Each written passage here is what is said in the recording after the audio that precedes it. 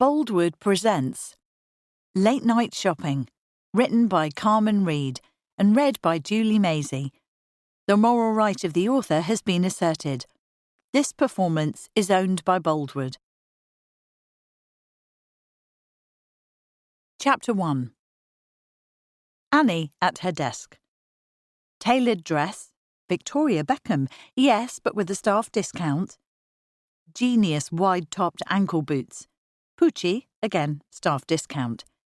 Black hold-ups with lace top, Asda. Sleek bronze reading glasses for ultra-private use only, Moschino. Extreme bikini, Hollywood Waxing Co.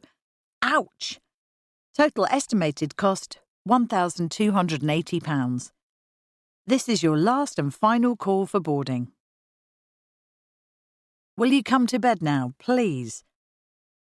Annie, still at her desk chair, eyes fixed on the screen in front of her, shouted back, "Yeah, babes, I'm coming. I am coming this very second, promise."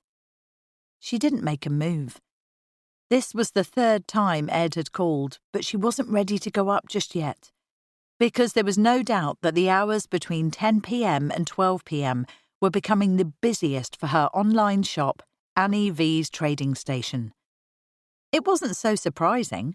What with 10-hour-a-day jobs, bum-numbingly long commutes, cooking dinner for the masses, cleaning, clearing up, and more cleaning, it was only after 10 p.m. that a girl could finally pour a glass of wine, chill out, log on, and get down to some serious late-night shopping. In an age of multitaskers, Annie Valentine still made most people look like slackers. For 4 long days a week, she worked hard as a personal shopper, image consultant, and all-round makeover maven at The Store, the fabulous London fashion-forward destination, where everyone who wanted to know everything about what was so hot it hurt had to shop. Should sleeves be tight this season or loose? Tight at the bottom, loose on top? Tight on top but loose at the bottom? Where should pockets be? High, low, obvious, invisible? Annie, who was at the store from 10 a.m. until 9 p.m, so she could pack a full working week into 4 days, who read every important fashion magazine, who watched the runway shows on video, who ran hourly checks on fashion websites to be utterly informed, Annie was the woman with the answer to every fashion question. Was the new Balenciaga swing jacket for you? Or the wasp-waisted Saint Laurent? Where could you get those Chia Maharas in a size 39? Should you go to Missoni this season or embrace Proenza Scula? Annie would let you know. Not that a high fashion look was appropriate for every one of her clients, of course, but she could tell, at a glance, between the women who needed a serious yank into the current decade and those who were looking for the whisper of insider information to put them just one step ahead of the fashionista crowd. When Annie wasn't at the store or manning her virtual shopfront, she was bowling around London in her big mummobile, packed with boxes full of second-hand clothes, either on her way to see a client in need of an urgent wardrobe revamp, or on her way back with a boot full of her clients' cast-offs to sell on commission. As word spread, the name and number of No-Nonsense Annie was popping up on contact lists all over London. Been promoted? Going back to work after a break? Big 0 birthday approaching? Friends would urge each other, "Give Annie a call." She could make her clients look smarter, more powerful, taller, younger, current and part of the game again. There were now a surprising number of women in the capital who couldn't add so much as a belt or an earring to their wardrobes unless Annie had approved it. Being so constantly in demand, Annie was always a woman in a hurry, never really happy unless she was doing 2 things at once, driving and talking on the mobile, hands-free, of course, or walking at speed in heels while haggling on the mobile and sipping a calorie-counted smoothie. But despite Annie's 110% commitment to her many jobs, there was no forgetting the other key elements in her life. She devoted all her available non-working time to the care and attention of her 2 children and her one still quite new live-in lover. Her daughter Lauren was 16 and increasingly complicated. She had dark hair, even darker moods, and some days grumped about like an unlit firework, ready to explode with a bang and a shower of sparks at any moment. Annie's son Owen was 11 and seemed shy, sweet and sunny-natured by comparison. He was musical, easygoing, and very happy that the new man in his mother's life was also his school music teacher. Ed Leon, who Annie and her children had lived with for about a year now, had arrived on the scene with several very important assets cunningly disguised. His curly tangle of unruly hair concealed surprisingly warm blue eyes. The worst tweedy and baggy charity shop wardrobe Annie had ever encountered covered an unexpectedly fit and muscular body. And Ed's dingy, damp basement flat had turned out to be just one floor of the beautiful Georgian townhouse in so desirable North London that he had part inherited. As Annie had discovered slowly, Ed was a really very lovely man, funny, slightly younger, and utterly devoted to her. And he'd disguised that very well too, until she'd finally found him out. As a woman who could never resist a project, Annie had spent considerable time renovating both Ed and the townhouse. She had sold up her own beautiful home, raised an enormous mortgage, and bought a share of the house so they could all live there together. The house had turned out to be slightly easier to renovate than Ed, who was strangely attached to his old clothes and outraged at the price tags on the things Annie wanted him to wear. The house had offered less resistance. It hadn't blurted out things like, "You want to spend how much on reflooring my bathroom in solid walnut? But I know where I could get a nice bit of lino for buttons." The house even seemed grateful for Annie's devotion. Whenever she returned, she felt it welcome her in. The glossy wooden floorboards shone at her. The pale walls and satiny woodwork stood to attention. The repaired windows, new bathrooms and gleaming kitchen all seemed to sparkle for her. "Miss Annie Valentine," Ed's voice called from the bedroom again. "This is your last and final call for boarding." 5 minutes, babes." Then, because she knew just why he was so keen to have her beside him, she added, "Start without me. I'll jump right in, honest." Her bids had been timed to close just a few minutes apart from each other all the way up until midnight, when the shop would finally shut for the night after the sale of this evening's 3 prized items: a beautiful tan mulberry handbag, thigh-high designer leather boots, and a slinky floor-length faux fur coat. One of Annie's clients wanted to sell on these luxury items, so she could quietly stash a little money away in a bank account, because when your finances were so totally controlled by your husband, it was good to feel there were some emergency funds in a nameless Swiss bank account. And Annie was trusted enough to look after transactions like this because she often got very close to the women she dressed. They took her into their confidence and shared all sorts of secrets with her. She scrolled down the list of items she'd sold online today. It was very eclectic, from high-end boots bags to high street labels. "Annie!" Ed was probably naked, hair damp from the shower, lying on the duvet and waiting for her with his very welcoming body. Squarish and muscular, but just the right side of fleshy, not at all hard and buff. Ed was strong but soft, and Annie loved to tangle up with him, shower fresh and hungry and so very into her. It made her smile, just thinking of him. But, ping! A bid was upped. Late August was the last chance to sell summer clothes for a decent price.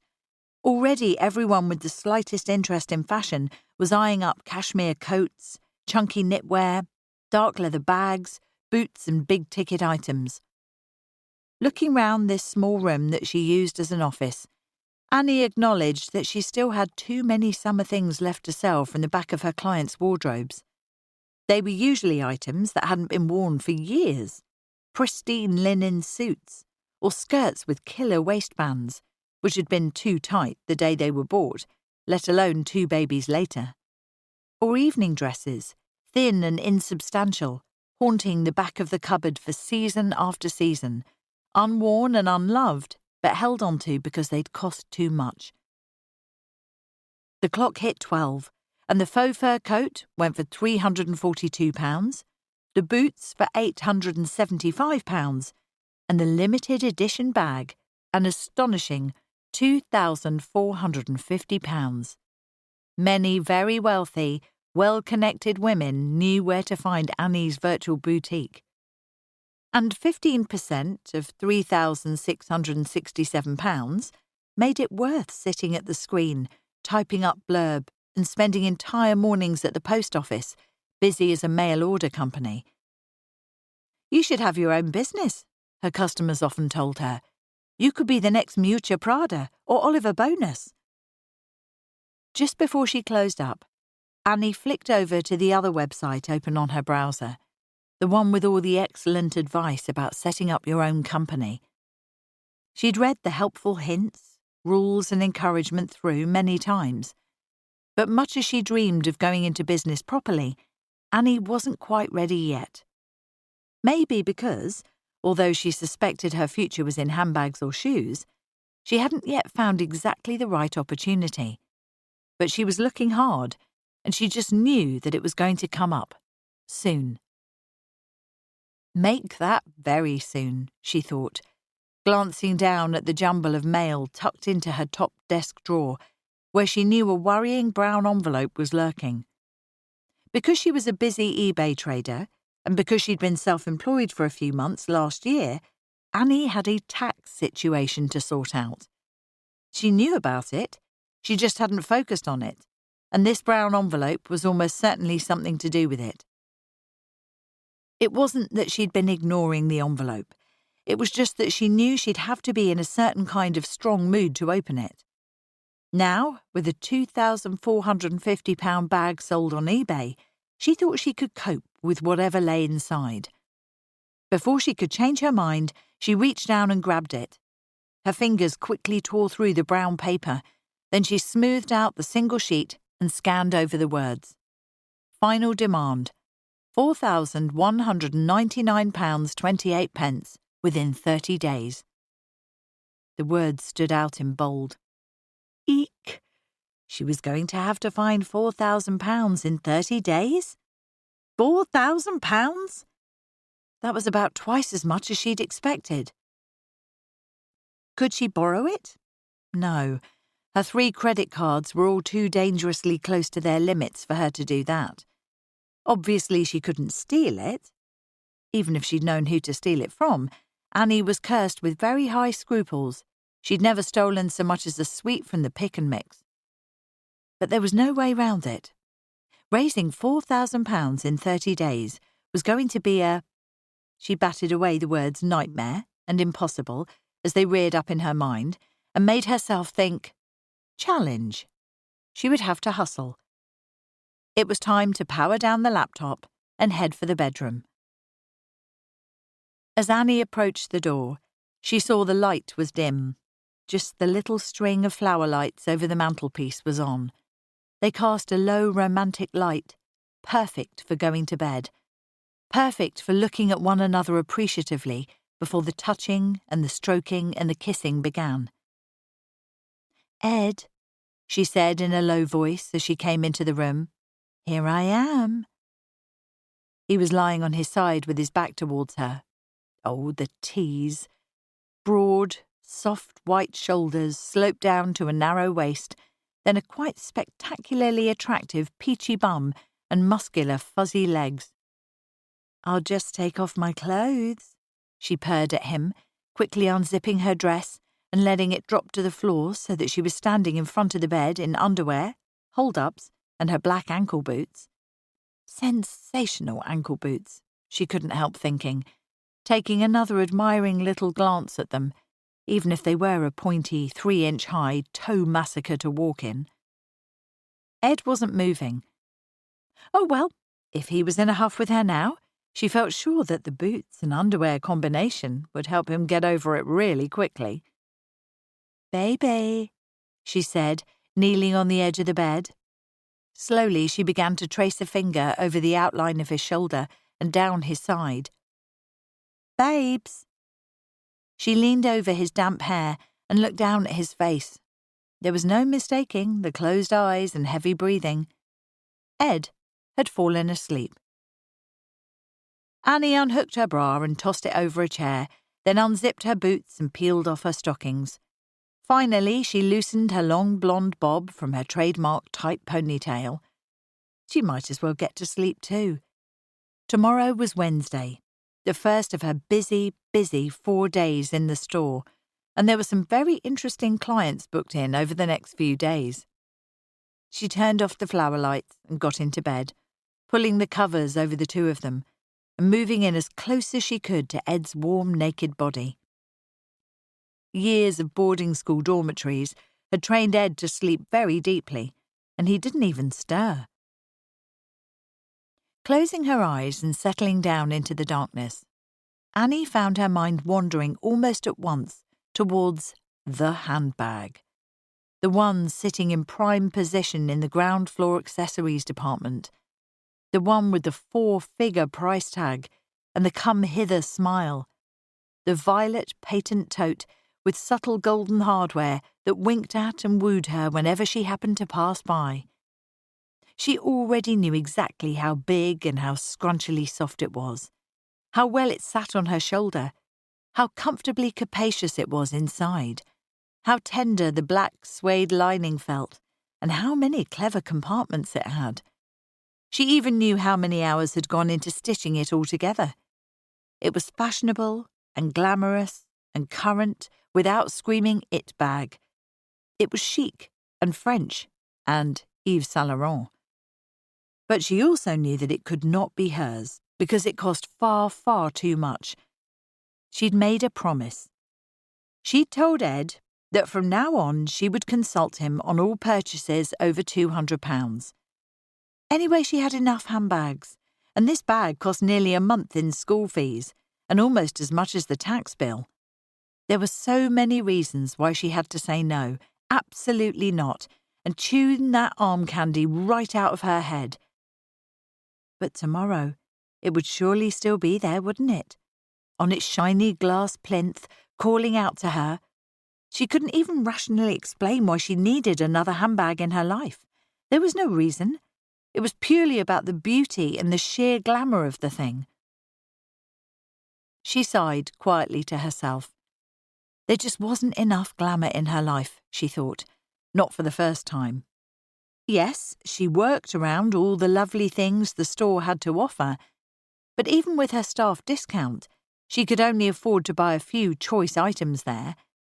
She still had mainly M&S undies, skirts from Zara, and was a regular visitor to any sale rail.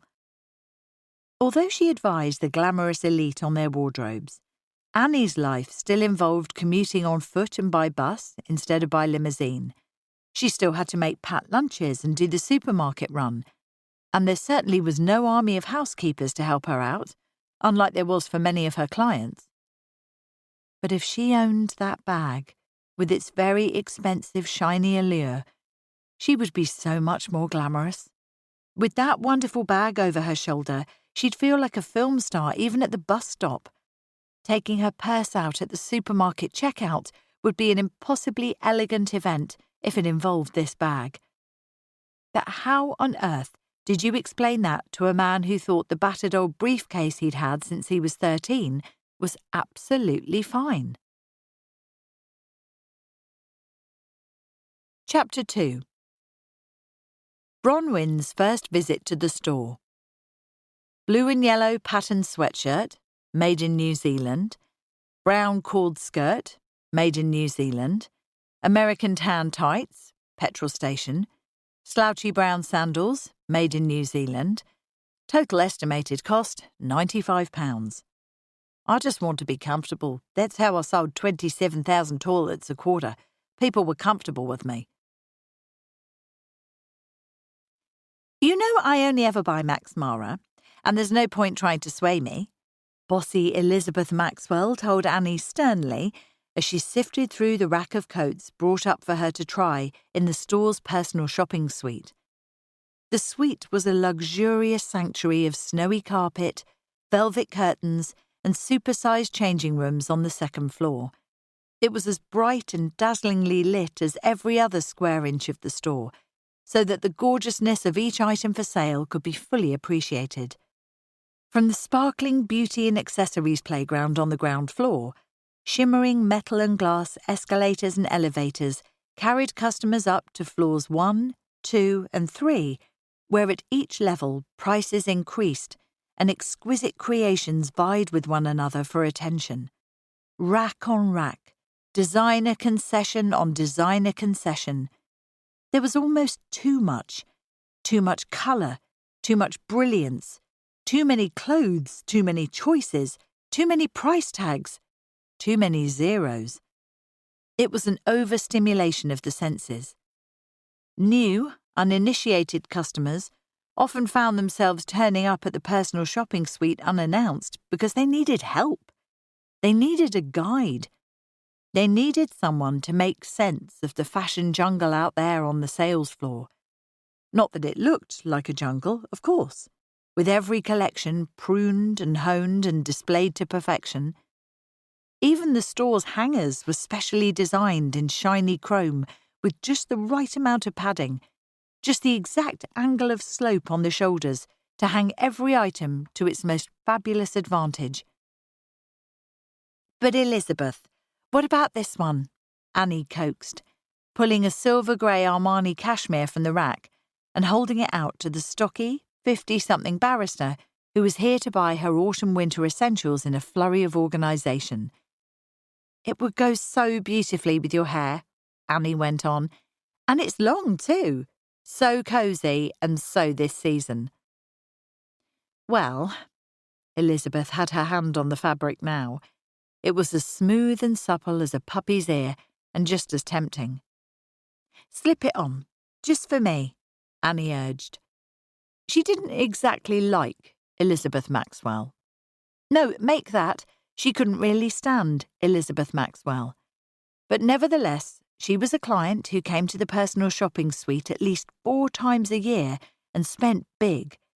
So, like everyone else who paid for Annie's expert attention, she would leave with bags packed with clothes, guaranteed to make her look as sensational as possible.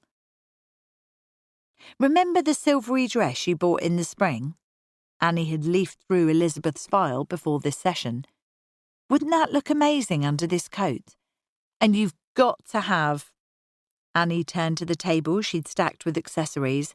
"This," she insisted, draping a pale violet and lilac velvet scarf around Elizabeth's neck.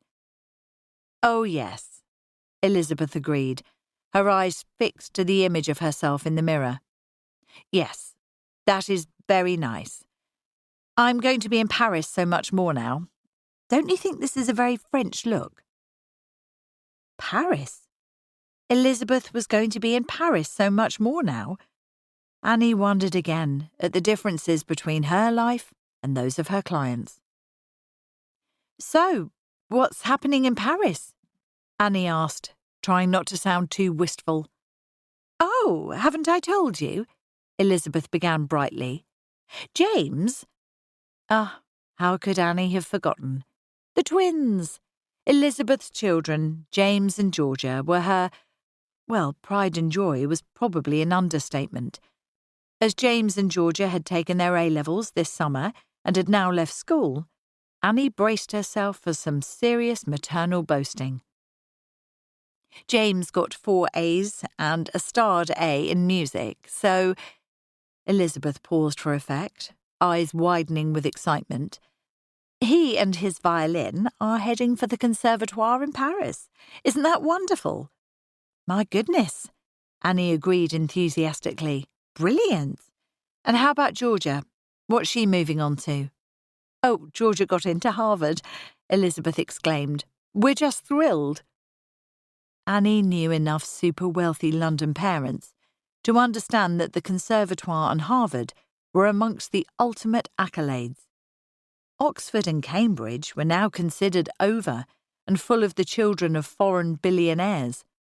These days, sending your children to university abroad proved you were cultivated, had stunningly clever offspring, and you were rich enough for transatlantic airfares and tuition fees to be utterly irrelevant. "And how are yours doing?" Elizabeth Maxwell added, almost as an afterthought, as she turned around to gaze again at her reflection. "Well, Lauren sits her GCSEs next summer," Annie began, "so fingers crossed she's going to settle down and work hard for them. Owen's doing really well, especially with his music. He plays the violin too, and the guitar." Perhaps because Elizabeth seemed so uninterested, Annie felt a familiar prickly worry return. Was she doing enough for her children? Was it really okay that Lauren was only going to sit 8 GCSEs and not 10 like a lot of her classmates? And Owen, was he spending too much time on his music to the detriment of everything else? "And they're at St. Vincent's, aren't they?"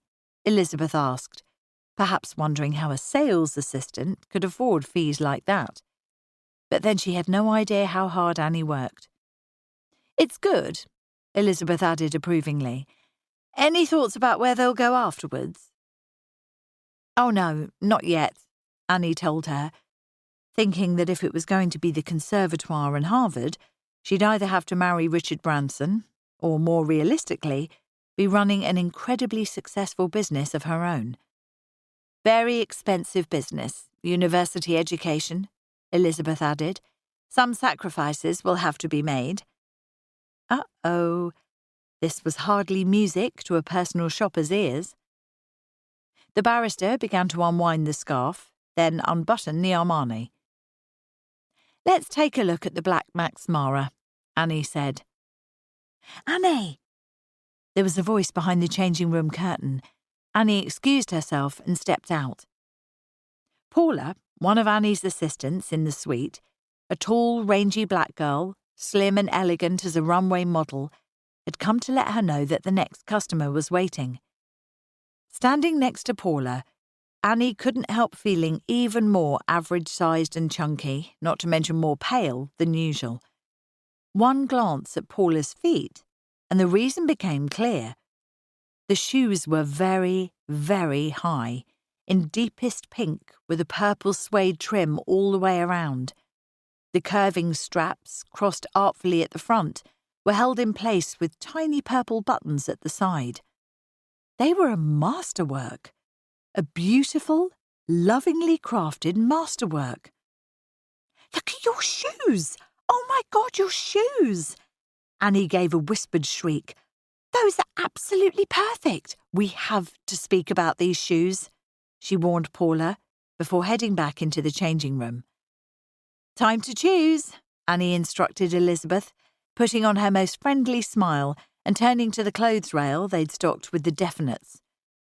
Running a hand through the chunky knitwear, slubby silks, rich colours and tweedy textures, Annie had to admit to herself how much she loved the very start of autumn, when bikinis and caftans were pushed out of the way to make room for camel coats, conker brown boots, and knitwear in dark jewel colours. High summer and the Christmas countdown were the worst months for Annie. Even in the store, they were the fashion pits. But March and September were the pinnacle months of a fashionable life. This was when the serious buyers came in to shop ahead. Annie found it a little hard to sympathise with women who turned up in freezing February looking for coats, hats and gloves, and found themselves gazing at chiffon wedding outfits in dismay. Did they know nothing? November is the last possible moment to buy something warm. After that, it's sparkles, snowflakes and box sets only. Don't even try looking for a smart summer dress in August, when there are just bikinis and sunglasses, and everything else is sagging on the sale rail. The clothes displayed up on Elizabeth's rail were beautiful. Grey flannel wide-leg trousers, creamy silk and plum blouses, wide supple leather belts, knee-length cardigans, hand-knitted with complicated stitches, layering tops in grape and salmon pink, a slightly racy brown leather skirt. "I think you should take the coat," Annie wheedled. "It will be cold in Paris and in Boston. It's very cold in Boston. My boyfriend Ed was at Harvard last summer, and he couldn't believe how well turned out everyone was, even the students." Elizabeth had her fingers on the coat again. "I love the way it's so neat and snug over the shoulders and waist, then flares out so beautifully," Annie added gently. She had another reason for wanting Elizabeth to buy the coat. All this talk of the cost of a university education was freaking her out. She was going to put the commission from the coat sale into a separate account and start saving for Lauren and Owen right now.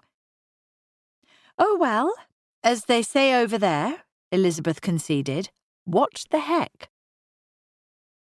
"Bronwyn, hello, my love. Welcome to the suite. Nice to meet you." After just a nanosecond in her little cupboard of an office, where Annie had gulped down the small black coffee waiting for her thanks to Paula, spritzed herself with some sort of energising aromatherapy spray Ed had bought her as a present, and reapplied her lipstick, Annie was as fresh and ready as she could be for her next 90-minute session. Even the most casual of observers could tell this was Bronwyn Tomlinson's first experience of Annie's shopping expertise. But in one long, careful look, Annie appraised the stunningly frumpy outfit and could tell Bronwyn was a special case, an unusual client. She looked, like Annie, about 30-something. Now that Annie had passed the crucial 35, she would no longer be specific to anyone who asked about her age. "I'm not admitting to anything. Why should I?" It only took a few minutes of chat before Bronwyn was telling Annie, in a broad accent, that she was the only child of a New Zealand sheep farmer. "And I'll look at two," she said cheerfully. "Look at my legs. 2 bloody lumps of mutton. Look at my face." The face was ruddy and pink, surrounded by wiry brown hair tinged ginger on top. But the sheep farmer's daughter had been posted to London by her company after winning National Saleswoman of the Year twice. "If you can make it, I can sell it," she declared, although Annie suspected Bronwyn might have a problem flogging high fashion. As soon as Bronwyn had arrived in London, she'd realised that, despite her phenomenal sales figures, when it came to fitting in and looking the part, she was totally out of touch. But someone, wishing her well, had given her Annie's name, and so this Wednesday morning, Bronwyn had brazenly marched into the store in a made-in-New Zealand patterned sweatshirt, a brown cord skirt, and flat brown sandals. How she had braved the withering stares that must have followed her all the way up to the second floor, Annie would never know. It proved she was made of very strong stuff. "So, what did you sell in New Zealand?" Annie asked. "What scooped you Saleswoman of the Year twice?" Bronwyn's answer came out loud and clear, without the slightest hint of embarrassment. "Chemical toilets. There's a huge market over there for chemical toilets. I was selling them faster than they could make them." Lowering her voice slightly, she added, "With my commission, I was making more than the chairman of the company. I think that's why they had to send me to London. He didn't want me to own a bigger house than him. It's a small place, Wellington. People notice things like that over there." "Chemical toilets?" Annie asked in amazement. She was intrigued to know more about this woman, because up until now, Annie had always thought she was the best saleswoman she'd ever met. But clearly here was someone who really could sell anything. "Yeah, you're not going to go all snotty on me now, are you?" Bronwyn asked, with the winning, disarming smile, which obviously had people reaching for their checkbooks and planning where to cite their new Portaloo. When Annie gave a hearty "No," Bronwyn felt a wave of relief. As she travelled up the escalator, through this slice of luxury retail heaven, looking at fragile glass mannequins draped in see-through toga dresses, knee-length wigs, and lashings of intricate beads, she thought the woman who'd sent her to the store must have been out of her mind. But in front of her stood the very beautifully dressed, yes, but very real, very friendly-looking Annie. And all Bronwyn could think was, how can I look just a little bit more like you? I'm management now, Bronwyn told her, pulling a slight face. I'm training and motivating the UK sales force, and I want to be just as good at that as I was at selling. Why stop selling? Annie wondered. Isn't it the thing you love doing? Couldn't you make even more money selling something else, or starting up your own business? I might, Bronwyn admitted, but I thought I'd give the training gig a whirl. I mean, I'm management.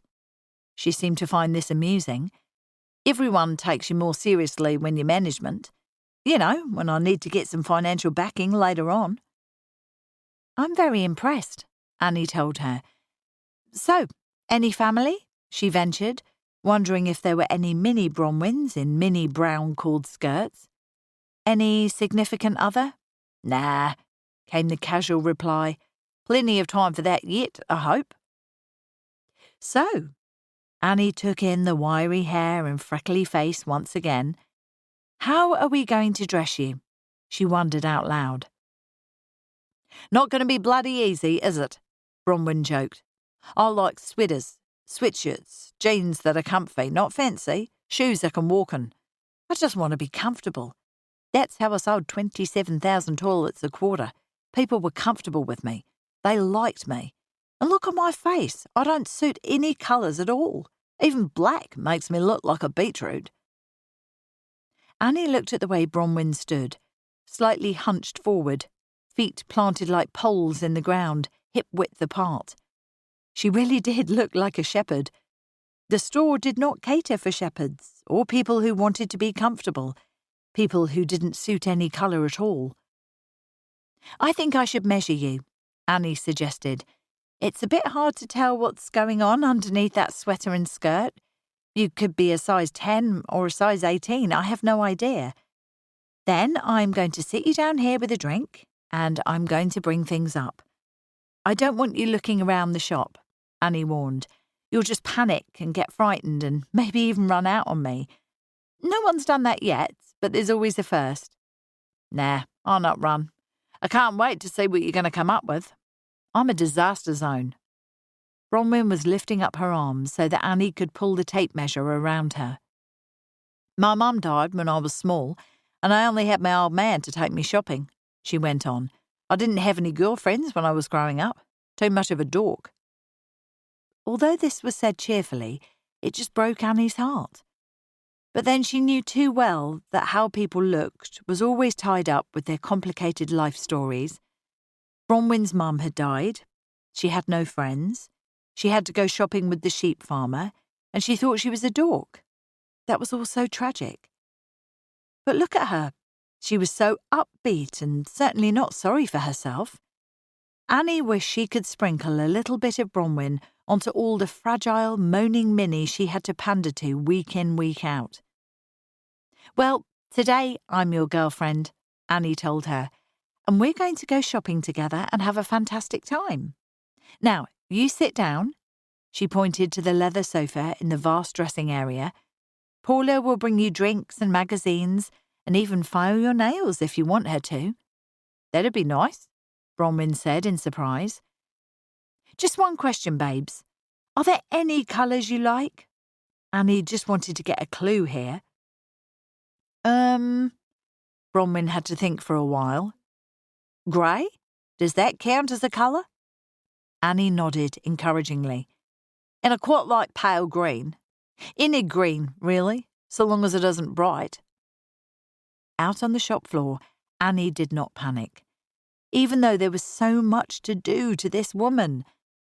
Looking at Bronwyn in her saggy beige underwear, Annie had felt like a landscaper, surveying a wild and overgrown field that she was supposed to turn into a garden overnight. Baby steps, Annie reminded herself. Transformations took time. She'd have to ease Bronwyn along gently, season by season. She began to search the shop floor methodically. She had ideas, and these racks had never let her down before. Out here, she was going to find loads of things that a size 12 to 14, ruddy-faced, ruddy-haired woman who could only cope with being comfortable would want to wear. Paula stalked past, telling her with a roll of the eyes, "Whoa, you've got your work cut out for you in there." "Shh," Annie ticked her off. "We'll be fine." Her eyes slid down to Paula's shoes. "Good fit?" Annie asked, pointing. "Like a glove?" Paula winked and slinked on past, hips jutting and swivelling. She was wasted on the shop floor, she really was. At the very least, she should be the star of her own miniseries. Bronwyn looked at herself in the mirror. Hard. Annie had a name for this surprised, scrutinising, half astonished, half disbelieving kind of look. She'd seen it often enough before, but she wasn't jaded. In fact, it always gave her a little burst of job satisfaction. Yes, there was no doubt about it. Bronwyn was definitely giving herself the "I can't believe it's really me" look. Annie had dressed her in a jumper and skirt so she could still be comfortable and feel like herself. But this skirt was softest tweed, short and flared and flirty, by the label Annie liked to edge her novices towards. On top was a Joseph cardigan, grey-green, mossy, cut like a military-ish jacket with a long row of buttons on each side. Underneath was a pale green scoop-neck top. On a leather cord, Bronwyn wore a chunky mother-of-pearl pendant of Maori design, which Annie had unearthed in accessories, feeling Bronwyn should have it for a touch of home. Thick tights and flat boots made certain Bronwyn was covered and comfortable. Over her shoulder was a long-handled, chunky, tasselled and casual £600 bag. "You like?" Annie was asking, very pleased with her handiwork. "Ah, yes, me like. Me like a lot," came Bronwyn's astonished voice. They put the jumper and top with dark grey straight-leg jeans. They tried the skirt with a long-lined slouchy grey sweater. They even put Bronwyn into a simple black shirt dress with an amazing plaited leather and silver hip belt. Everything was stunning. Everything made Bronwyn younger, slimmer and prettier, and just slightly more management. Annie coaxed her into boots with a slight heel, then mid-heeled ankle-strap shoes in wicked black patent. "How much is all this going to cost?" Bronwyn wondered a little later, as she buttoned up a tweedy but nevertheless slick, fiery winter coat. "Oh, a chemical toilet or two," Annie warned her, "maybe even 3. I have no idea how much a chemical toilet costs these days. But I'm sorry, Bronwyn. If you were earning more than the chairman of the company and only buying made in New Zealand sweaters, then you're going to have to pay. I'm not letting you off. You're catching up on decades of shopping. You have to buy every single thing you love, and even most of the things you just like. And by the way, you're not allowed to shop anywhere else, ever. I'm your shopping girlfriend from now on. Agreed?" Bronwyn nodded. "You know, you may actually be a better saleswoman than me," she said thoughtfully. "Have you ever thought of coming to work in the chemical toilet business?" Paula. Annie stopped her assistant in her tracks as soon as Bronwyn and all her shopping had been helped out to the store's courtesy car, for people who spent over £3,000 in one session and lived within a 5-mile radius.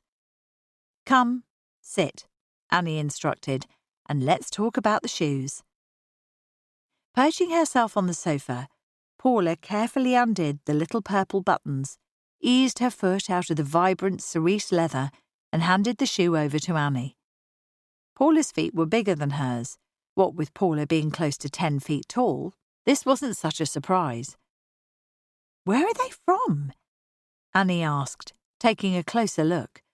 She'd only seen workmanship like this on the most expensive shoes in the store, shoes that came in cedarwood boxes and sold for over £500 a pair. "Hong Kong," Paula confided. "I ordered them when I was there on holiday with my boyfriend. They had to be made up in my size and they arrived yesterday." "Which shop?" Annie wanted to know. "It was a market stall." "A market stall?" Annie couldn't believe it. The maker of these shoes looked as if he'd served a 20-year apprenticeship with a master craftsman in Italy.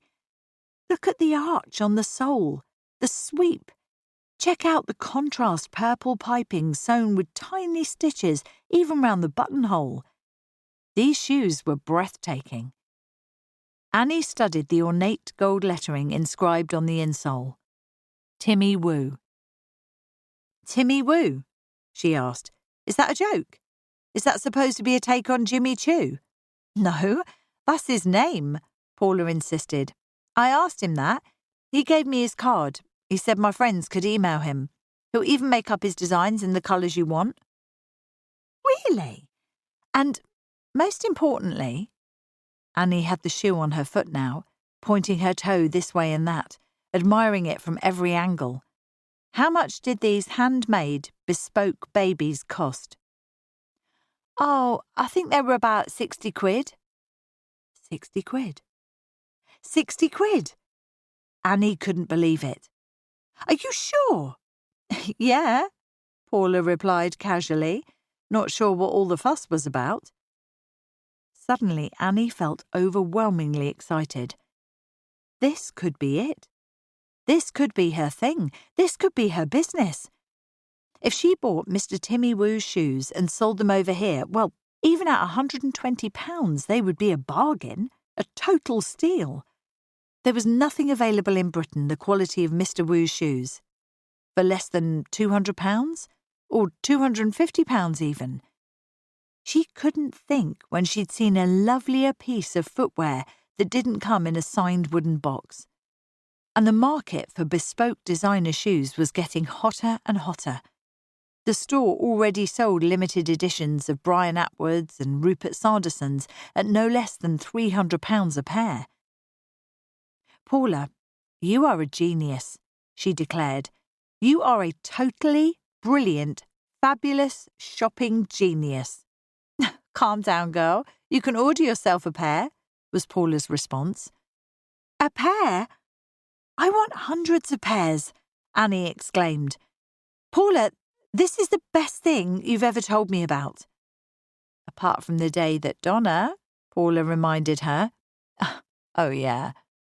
There was no forgetting the day that Donna Nicholson had finally left the store, their former floor manager, possibly the evil twin sister of Cruella de Vil.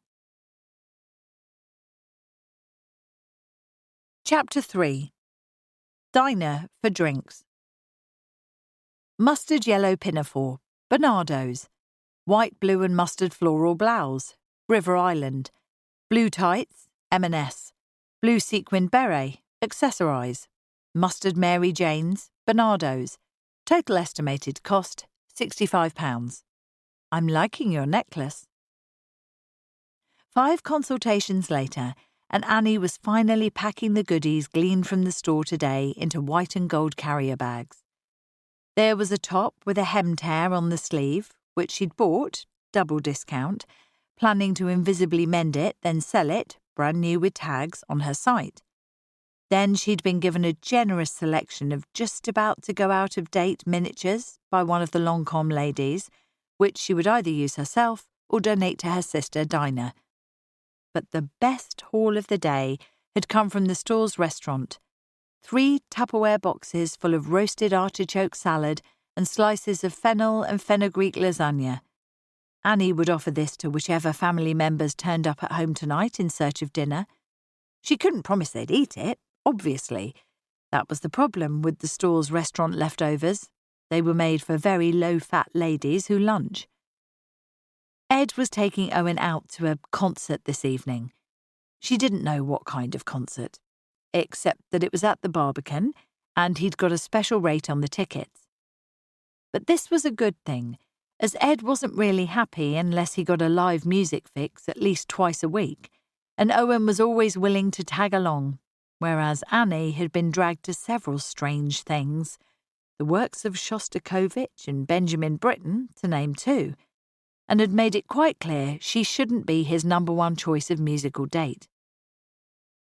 Lauren had already phoned to say she was going to be with her new boyfriend, Andre, this evening, doing their homework together. Annie had tried her hardest not to tut down the line. Probably the most irritating thing about Lauren's new boyfriend was that there was nothing wrong with him.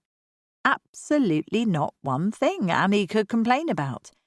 He was the perfect boyfriend, and this made her twitch with annoyance, because if she was really honest, she wasn't quite ready to watch Lauren fall madly in love.